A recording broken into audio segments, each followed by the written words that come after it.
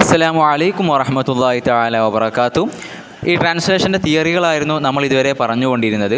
ഇനി അവസാനത്തെ ഒരു തിയറിയും അതുപോലെ തന്നെ പിന്നെ ജാഹിദിനെ കുറിച്ചുള്ള കുറച്ച് കാര്യങ്ങൾ കൂടെ പഠിക്കാനുണ്ട്. ഏതായാലും നമുക്ക് പാഠത്തിലേക്ക് പ്രവേശിക്കാം. അടുത്തതായിട്ടുള്ളതാണ് അന്നദരിയത്തുൻ നസിയ ടെക്സ്റ്റൽ തിയറി എന്ന് പറയുന്നത്. ഇത് കൂടുതലായിട്ടും നമ്മൾ നേരത്തെ പറഞ്ഞ വദീഫിയക്ക് നേരെ എതിരാണ്. അഥവാ നമ്മൾ വദീഫയിൽ കൂടുതൽ കോണ്ടക്സ്റ്റിനാണ് പ്രാധാന്യം കൊടുത്തിരുന്നത്. പക്ഷേ ഇവിടെ എന്താണ്, കോണ്ടക്സ്റ്റിന് പ്രാധാന്യം കൊടുക്കുന്നില്ല, മറിച്ച് കൂടുതൽ ടെക്സ്റ്റിനാണ് പ്രാധാന്യം കൊടുക്കുന്നത്. ഇത് കൂടുതലായിട്ടും മനാഹജു തഹ്ലീലുൽ ഖിതാബ് പോലെയുള്ള മൻഹജു സീമിയായി പോലെയുള്ള അത്തരത്തിലുള്ള ടെക്സ്റ്റലായിട്ടുള്ള ലിംഗ്വിസ്റ്റിക്സുമായിട്ടാണ് കൂടുതൽ ബന്ധപ്പെടുന്നത്. അഥവാ നമ്മൾ മൻഹജു സീമിയ എന്ന് പറഞ്ഞു കഴിഞ്ഞാൽ ഓരോ ചിഹ്നങ്ങളും അതിൻ്റെ അർത്ഥങ്ങളുമായിട്ട് ബന്ധപ്പെടുന്നത്, അതേപോലെ തന്നെ ഈ തഹ്ലീലുൽ ഖിതാബ് എന്ന് പറഞ്ഞാൽ ഓരോ വാക്കുകളും അതിൻ്റെ അർത്ഥവുമായിട്ട് ബന്ധപ്പെടുന്നത്, അതൊക്കെയാണ്. പിന്നെ ഈ തിയറി, ടെക്സ്റ്റൽ തിയറിയെ കൂടുതൽ അപ്ലൈ ചെയ്യാൻ വേണ്ടിയിട്ട് കൂടുതൽ ഭാഷകളിലേക്കും കൂടുതൽ ശാസ്ത്രങ്ങളിലേക്കും അപ്ലൈ ചെയ്യണമെന്നുണ്ടെങ്കിൽ ഈ അപ്ലൈ ചെയ്യുന്ന ആൾ ഭാഷയുടെ അതിൻ്റെ സിൻറ്റാക്സ്, അതിൻ്റെ ഒരു ഘടന, അതേപോലെ തന്നെ ലഫ്ദുകളുടെയും മാനകളുടെയും ഇടയിലുള്ള ഒരു ബന്ധം, യോജിപ്പ്, അതിൻ്റെ ടെക്സ്റ്റലായിട്ടുള്ള ഒരു ഘടന, അതൊക്കെ കൂടുതൽ മനസ്സിലാക്കേണ്ടതുണ്ട്. അതേപോലെ തന്നെ ഒരു ഫ്രഞ്ച് ലിംഗ്വിസ്റ്റിക് ആയിട്ടുള്ള ഇംലി ബീഫ് ഫനസ്തി, ഈ ജുംലയുടെയും അതേപോലെ തന്നെ ടെക്സ്റ്റിൻ്റെയും ഇടയിലുള്ള ഒരു വേർതിരിവ് വേർതിരിച്ചിട്ടുണ്ട്. അഥവാ ടോട്ടലായിട്ടുള്ള ടെക്സ്റ്റും അതിലുള്ള ഓരോ സെൻറ്റൻസും അതിൻ്റെ ഇടയിൽ അദ്ദേഹം വേർതിരിച്ചാണ്ട് പറഞ്ഞിട്ടുണ്ട്. അതേപോലെ തന്നെ നമ്മൾ ഈ ടെക്സ്റ്റിനെ അനലൈസ് ചെയ്യുന്നത് പ്രത്യേകമായിട്ടുള്ള ഒരു പൊസിഷനിൽ നിന്നാണ്. ഇത്തരത്തിലുള്ള ഒരുപാട് ട്രാൻസ്ലേഷൻ തിയറികൾ ഉണ്ടാവും. അതൊക്കെ മുൻകഴിഞ്ഞ നമ്മളിതുവരെ പറഞ്ഞ തിയറികളിൽ നിന്ന് ഉണ്ടായതോ അല്ലെങ്കിൽ വേറൊന്നിൽ നിന്ന് ഉണ്ടായതൊക്കെ ആയിരിക്കാം. ഇത്തരത്തിലുള്ള തിയറികൾക്കുള്ളിൽ ഈ ട്രാൻസ്ലേറ്റ് ചെയ്യുന്ന ആൾ ഈ ടെക്സ്റ്റിൻ്റെ ഉള്ളിൽ, ട്രാൻസ്ലേറ്റ് ചെയ്യപ്പെടുന്ന ടെക്സ്റ്റിൻ്റെ ഉള്ളിൽ 3 ഘടകങ്ങൾ അനുസരിച്ചാണ് ഉണ്ടാവുക. അഥവാ 3 ഘടകങ്ങളെ പരിഗണിച്ചുകൊണ്ടാണ് അദ്ദേഹം അതിനെ സമീപിക്കുന്നത്. ഒന്നാമതായിട്ടുള്ളത് മൗഖിഫു തർജുമി, അദ്ദേഹത്തിൻ്റെ ആ ഒരു ട്രാൻസ്ലേഷൻ പൊസിഷൻ, അതായത് ഏത് രീതിയിലാണ് അദ്ദേഹം ആ ട്രാൻസ്ലേഷൻ ആക്ടിവിറ്റിയെ ചിത്രീകരിക്കുന്നത്, ഏത് രീതിയിലാണ് അദ്ദേഹം അതിനെ മനസ്സിലാക്കുന്നത്, ആ ട്രാൻസ്ലേഷൻ ആക്ടിവിറ്റി എങ്ങനെയാണ് അദ്ദേഹം മനസ്സിലാക്കുന്നത് എന്നാണ് മൗഖിഫു തർജിമി എന്ന് പറഞ്ഞു കഴിഞ്ഞാൽ. രണ്ടാമത്താണ് മഷ്റൂ തർജിമി. മഷ്റൂ തർജിമി എന്ന് കഴിഞ്ഞാൽ ആ ഒരു ട്രാൻസ്ലേഷൻ പ്രോജക്റ്റ്. അതുകൊണ്ട് ഉദ്ദേശിക്കുന്നത് ഏത് മാർഗത്തിലൂടെയാണ്, ഏത് രീതിയിലൂടെയാണ് അദ്ദേഹം ആ ഒരു ടെക്സ്റ്റിനെ ട്രാൻസ്ലേറ്റ് ചെയ്യാൻ പോകുന്നത് എന്നുള്ളതാണ്. മൂന്നാമതാണ് സാറ്റുൽ ഉഫ്കിൽ മുത്തറജിമി വ ഇൻഫിത്താഹി അഖ്ലി, അദ്ദേഹത്തിൻ്റെ വലിയ വിശാലമായിട്ടുള്ള കൽബും അതേപോലെ തന്നെ അദ്ദേഹത്തിൻ്റെ ബുദ്ധിയും അതൊക്കെ അതിൽ സ്വാധീനം ചെലുത്തുന്നുണ്ട്. ഈ 3 ഘടകങ്ങളുണ്ട്. അതേപോലെ തന്നെ ഈ ട്രാൻസ്ലേഷൻ ഇതല്ലാത്ത വേറെ ഒരുപാട് തിയറികളുണ്ട്. പല തിയറികളിലും ഈ നെസ്സിൻ്റെയും ആ ടെക്സ്റ്റിൻ്റെയും അതേപോലെ തന്നെ അതിൻ്റെ അർത്ഥത്തിൻ്റെയും ഇടയിൽ ഈ സോഴ്സ് ടെക്സ്റ്റിൻ്റെയും അതേപോലെ തന്നെ ടാർഗറ്റ് ടെക്സ്റ്റിൻ്റെയും ഈ 2 ടെക്സ്റ്റിൻ്റെയും ഇടയിൽ ഒരു ബന്ധവുമില്ല എന്ന് പറയുന്ന തിയറികൾ വരെയുണ്ട്. ആ തിയറികളൊക്കെ പ്രധാനമായിട്ടും ഈ മുസ്തവൽ ലുഗവി, ഒരു ലിംഗ്വിസ്റ്റിക് ലെവലിലുള്ള തിയറികളാണ് അതൊക്കെ. അത്തരത്തിലുള്ള ഒരുപാട് തിയറികൾ ഇനിയും വേറെയുണ്ട്. അപ്പോൾ ഏതായാലും തിയറികളുടെ ഭാഗം നമ്മളിവിടെ കൺക്ലൂഡ് ചെയ്യുകയാണ്. പിന്നെ അടുത്തതായിട്ടുള്ളതാണ് ജാഹിദും തർജുമ. ജാഹിദിൻ്റെയും തർജുമയെയും കുറിച്ചാണ് പറയാൻ പോകുന്നത്. ഇന്ന് ട്രാൻസ്ലേഷൻ തിയറി ഉണ്ടാക്കുന്ന ആളുകളൊക്കെ പൊതുവേ ഈ വെസ്റ്റേൺ ആയിട്ടുള്ള മോഡേൺ ആയിട്ടുള്ള തിയറികളെയാണ് കൂടുതൽ അവലംബിക്കാറുള്ളത്. ആ തിയറികളൊക്കെ കൂടുതൽ ഈ തർജുമയെ വ്യത്യസ്തമായിട്ടുള്ള പോയിൻ്റ് ഓഫ് വ്യൂ നോക്കി കാണുന്നതായിരിക്കാം. എന്നാൽ ഈ തർജുമയ്ക്കുള്ള ഏറ്റവും പഴക്കം ചെന്നിട്ടുള്ള തിയറി, ഏറ്റവും ആദ്യത്തെ തിയറി ഉണ്ടാക്കുന്നത് അത് ജാഹിദാണ്. അദ്ദേഹം തർജുമയെ പ്രത്യേകമായിട്ടുള്ളൊരു സയൻസായിട്ട് തന്നെ അദ്ദേഹം പരിഗണിച്ചിട്ടുണ്ടായിരുന്നു. അതേപോലെ ഈ തർജുമയ്ക്ക് ഒരുപാട് നിബന്ധനകൾ, ഒരുപാട് ഷർത്തുകൾ അദ്ദേഹം വെച്ചു. അതേപോലെ ഈ ട്രാൻസ്ലേഷൻ പ്രാക്ടീസ് ചെയ്യാനും ഒരുപാട് നിബന്ധനകൾ അദ്ദേഹം വെക്കുന്നുണ്ട്. അതേപോലെ തന്നെ ആരാണ് പ്രാക്ടീസ് ചെയ്യേണ്ടതും എന്നും അദ്ദേഹം പറയുന്നുണ്ട്. അദ്ദേഹത്തിൻ്റെ പൂർണ്ണമായിട്ടുള്ള പേര് അബു ഉസ്മാൻ അമ്രുബിനു ബഹ്റുൽ ജാഹിദ് എന്നുള്ളതാണ്. അദ്ദേഹം ബസ്രയിൽ 159 ഹിജ്റയിലാണ്, അഥവാ 775 ക്രിസ്താബ്ദത്തിലാണ് അദ്ദേഹം ജനിക്കുന്നത്. 255 ഹിജ്റ അഥവാ 840 ക്രിസ്താബ്ദത്തിൽ അദ്ദേഹം മരണപ്പെടുകയും ചെയ്യുന്നുണ്ട്. അദ്ദേഹത്തിൻ്റെ ഗ്രന്ഥമായിട്ടുള്ള കിതാബുൽ ഹൈവാനിൽ ഈ ഏറ്റവും പഴക്കം ചെന്നിട്ടുള്ളതായിട്ടുള്ള ട്രാൻസ്ലേഷൻ തിയറിയെ അദ്ദേഹം കൊണ്ടുവരുന്നുണ്ട്. നമ്മളിന്ന് അറിയുന്ന പ്രസിദ്ധരായിട്ടുള്ള ട്രാൻസ്ലേഷൻ തിയറിസ്റ്റുകളേക്കാൾ ആയിരക്കണക്കിന് വർഷം പഴക്കമുള്ളതായിരുന്നു അദ്ദേഹത്തിൻ്റെ ആ തിയറിയും അദ്ദേഹവും. അടുത്ത പാരഗ്രാഫിൽ പറയുന്നത് ഒരുപാട് കാലങ്ങളായിട്ട് ഈ തർജുമ, ഈ ട്രാൻസ്ലേഷൻ തിയറിയുടെ ഭാഗത്ത് അദ്ദേഹം അറിയപ്പെടുന്നുണ്ട്. അതേപോലെ തന്നെ ഏറ്റവും പഴക്കമുള്ള തിയറിസ്റ്റായിട്ട് അദ്ദേഹം ഗണിക്കപ്പെടുകയും ചെയ്തിട്ടുണ്ട്. അദ്ദേഹത്തിൻ്റെ ഗ്രന്ഥത്തിൽ, നമ്മൾ പറഞ്ഞല്ലോ കിതാബുൽ ഹൈവാൻ, ആ ഗ്രന്ഥത്തിൽ അദ്ദേഹം പറയുന്നുണ്ട്, ഒരു ട്രാൻസ്ലേറ്റ് ചെയ്യുന്ന ഒരാൾ, ഒരു തത്വജ്ഞാനി പറയുന്ന ഒരു കാര്യത്തെ പൂർണ്ണമായിട്ടും അയാൾക്ക് ട്രാൻസ്ലേറ്റ് ചെയ്തെടുക്കാൻ കഴിയുകയില്ല.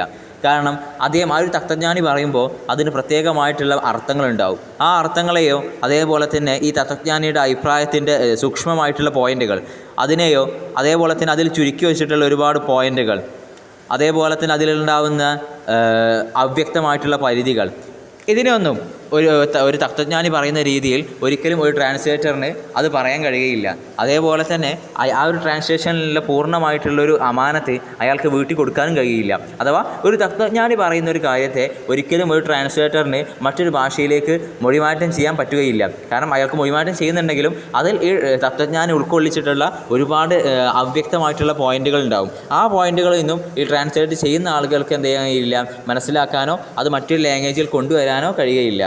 അദ്ദേഹം അതിനോട് കൂടെ ചേർത്തി പറഞ്ഞൊരു മറ്റൊരു കാര്യം, ഈ അറബി കവിതകൾ മറ്റൊരു ഭാഷയിലേക്ക് ട്രാൻസ്ലേറ്റ് ചെയ്യുകയാണ് എന്നുണ്ടെങ്കിൽ അവിടെ ആ ഒരു മറ്റൊരു ഭാഷ, നമ്മുടെ ടാർഗറ്റ് ലാംഗ്വേജ്, ആ ടാർഗറ്റ് ലാംഗ്വേജിന് വിശാലമായിട്ടുള്ള ഒരു നെഞ്ച് വേണം. കാരണം ഈ അറബി ഭാഷയെ സ്വീകരിക്കാൻ കഴിയുന്ന ആ ഒരു പാകത്തിലുള്ള അത്രയും നല്ലൊരു വൊക്കാബുലറിയും കാര്യങ്ങളൊക്കെ ആ ഒരു ഭാഷയ്ക്ക് ഉണ്ടാവണം. കാരണം അറബി ഭാഷ എന്നുള്ളത് അതിലൊരുപാട് വൊക്കാബുലറി ഉണ്ട്. അതേപോലെ തന്നെ ടേംസും ഒരുപാട് എക്സ്പ്രഷനും കാര്യങ്ങളൊക്കെ ഉള്ളൊരു ഭാഷയാണ് അറബി ഭാഷ.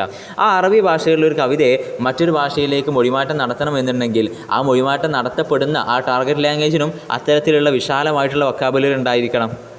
അതുപോലെ തന്നെ കവിതയിൽ പ്രത്യേകമായിട്ടുള്ള ഒരുപാട് ടെക്നിക്കൽ എലമെൻറ്റ്സ് ഉണ്ടാവും.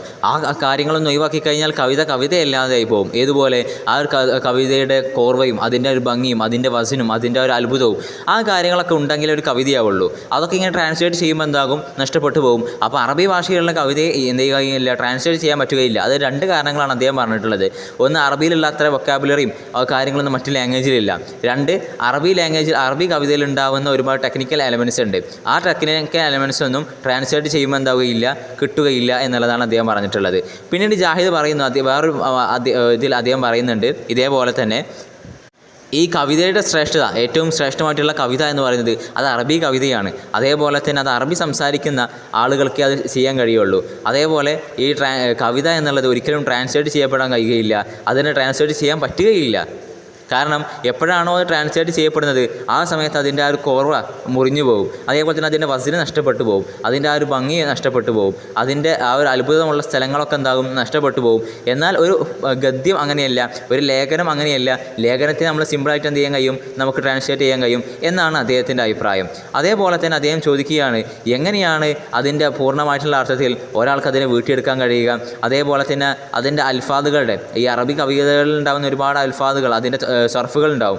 ആ സർഫുകൾ എങ്ങനെയാണ് മറ്റു ഭാഷയിൽ അദ്ദേഹത്തിന് കൊണ്ടുവരാൻ കഴിയുക. അതേപോലെ തന്നെ ഈ അറബി ഭാഷയിലുള്ള അൽഫാദുകൾ, അതിൻ്റെ തവീലുകൾ, അതിൻ്റെ വ്യാഖ്യാനങ്ങൾ അതെങ്ങനെയാണ് മറ്റൊരു ഭാഷയിൽ കൊണ്ടുവരാൻ കഴിയുക. ഏതുപോലെ ഈ അറബി ഗ്രന്ഥം രചിച്ച ഒരാൾ കൊണ്ടുവന്നതുപോലെ, അറബി പദ്യം എഴുതിയിട്ടുള്ള ഒരാൾ കൊണ്ടുവന്നതുപോലെ ട്രാൻസ്ലേറ്റ് ചെയ്യുന്ന ഒരാൾക്ക് മറ്റൊരു ഭാഷയിൽ അത് കൊണ്ടുവരാൻ കഴിയുകയില്ല. കാരണം അറബി ഭാഷയ്ക്ക് അതിൻ്റേതായിട്ടുള്ള പ്രത്യേകതകളും കാര്യങ്ങളൊക്കെ ഉണ്ട്. അതുപോലെ തന്നെ എപ്പോഴാണ് ഇബ്നു ബത്തൂരിക്കും അതേപോലെ ഇബ്നു നായിമയും ഇബ്നു ഖുറയൊക്കെ ഇബ്നു മഖ്ഫിയൊക്കെ അറസ്തുവിനെ പോലെയായിട്ടുള്ളത്, അതേപോലെ ഖാലിദ് ബിൻ യസീദ് ഇബ്നു മുആവിയൊക്കെ എപ്പോഴാണ് അറസ്തുവിനെ പോലെയായിട്ടുള്ളത്.